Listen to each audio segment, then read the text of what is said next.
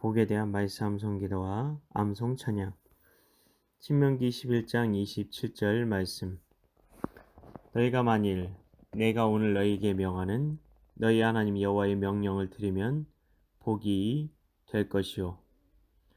너희가 만일 내가 오늘 너희에게 명하는 너희의 하나님 여호와의 명령을 들으면 복이 될 것이요 복이 될 것이요. 여호와의 명령을 들으면 복이 될 것이요. The blessing if you obey the commandments of the Lord your God that I am commanding you today. The blessing if you obey the commandments of the Lord your God that I am commanding you today. Deuteronomy chapter 11 verse 27. 말씀 기도입니다. 하나님 아버지, 하나님께서는 복과 저주가 이스라엘 백성들 앞에 있다고 하면서 그것을 선택하라고 하셨습니다. 우리는 요즘 율법과 성령을 따르는 삶이 반대된다는 이야기를 하는 말씀을 많이 듣게 됩니다. 그러면서 성령을 따르는 삶을 주장하시는 분들은 복을 받는 것이 더 이상 율법과는 아무 상관이 없다. 예수님의 십자가 때문에 그 복을 받는 것이지 율법에 따라 복을 받고 못 받고가 결정된다고 말하는 것이 바로 율법주의다라고 말합니다. 정말 그럴까요? 일단 율법에 대한 오해를 바로 잡아야 하겠습니다. 율법은 히브리말 토라에 대한 잘못된 번역입니다. 성경은 유대인들이 지켜온 하나님의 말씀입니다. 물론 유대인들은 신약 성경을 뺀 구약 성경만 믿고 있습니다. 그들은 정확히 말하면 구약 성경의 수호자입니다. 그들에게는 구약 성경밖에 성경이 없다고 믿고 있기 때문입니다. 성경은 히브리말로 쓰여졌는데 토라라는 말은 말씀이라고 번역하는 것이 옳습니다.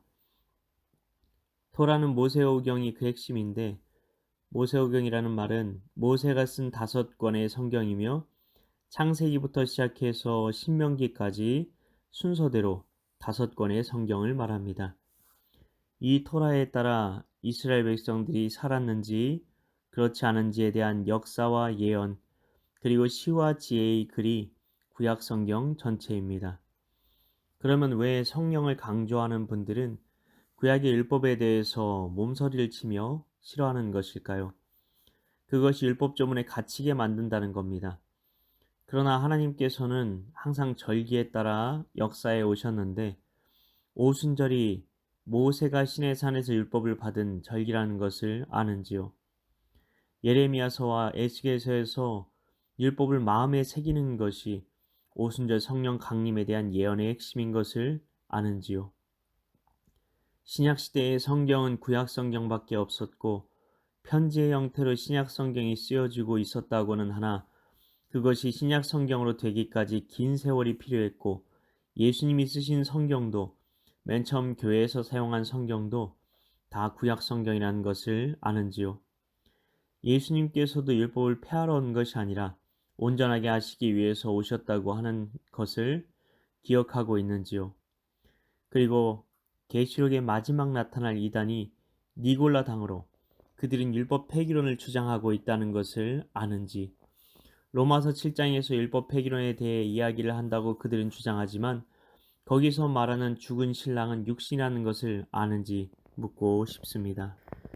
개신교 최고의 신앙 고백서라고 불리는 웨스트민스터 교리 문답에서도 율법은 여전히 우리 삶의 기준이 된다고 말합니다.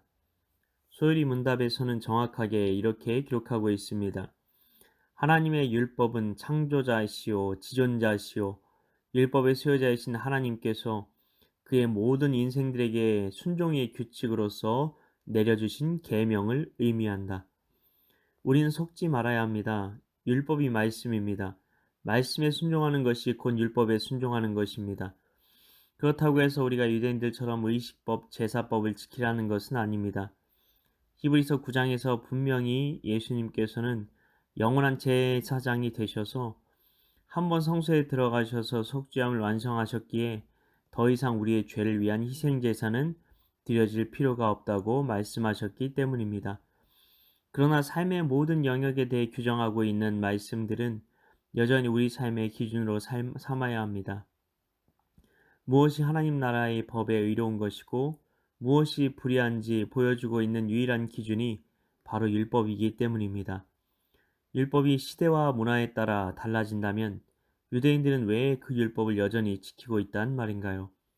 율법은 시대와 문화와 상황을 초월한 영원한 진리이기에 모든 시대, 문화, 상황 속에서 지켜야 할 영적인 법입니다. 그렇기 때문에 율법은 제쳐두고 복을 받을 수 있다는 생각만큼 어리석은 것은 없습니다. 그러면 우리 앞에 축복과 저주가 있다는데 축복을 택하기 위해 혹은 저주를 택하기 위해 우리는 어떤 선택을 해야 할까요?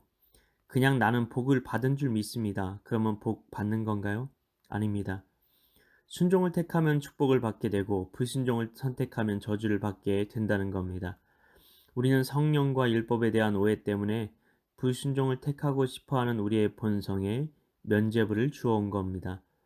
괜찮다고 예수님의 보혈이 있고 성령의 사람은 율법 조문 같은 것에 얽매이지 않는다고 그게 우리의 신앙이 아니었나요? 우리는 불순종을 선택하는 것이 아니라 순종을 선택해야 합니다. 로또를 맞기 위해서 100단계 아니 1000가지 단계를 순서대로 차질 없이 해야 한다고 하면 우리는 어떻게 할까요? 이대로만 하면 정말 로또가 된다고 하면 속는 셈 치고라도 해볼 겁니다. 그런데 우리는 어떻나요? 하나님 말씀에 순종하면 축복의 길로 가게 된다고 말씀하는데도 우리는 순종을 선택하지 않습니다. 하나님의 말씀을 믿지 않는 겁니다. 정말 말씀을 사랑하는 것이 무엇인지 알지 못하는 겁니다. 이 죄악으로 인해 어두운 세상에 던져지듯 태어난 사람들에게 등불과 등대를 주시기 위해 말씀을 주신 것입니다. 등불은 내 발 앞에만 비추어 보일 수 있습니다. 그러나 등대는 먼 곳에서 방향을 가리켜 줍니다. 등대와 등불 없이 가로등도 없는 어두운 세상의 광야를 지날 수는 없는 법입니다. 아버지, 우리가 하나님의 말씀에 순종하지 못하게 하는 너무나 많은 미혹과 속임이 있습니다. 아버지, 우리가 성경대로 믿으며 천국으로 갈 수 있도록 하나님께서 예비하신 축복의 길로 갈 수 있도록 우리에게 말씀을 바로 볼 수 있는 눈을 허락하여 주소서.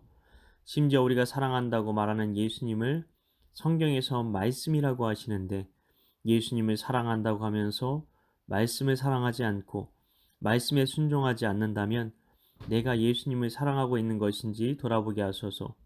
이를 위해 말싸움 기도와 찬양 가운데 나아가오니 진짜 말씀을 주님을 사랑할 수 있는 우리 되게 하옵소서. 믿고 감사드리오며 예수님 이름으로 기도합나이다. 아멘.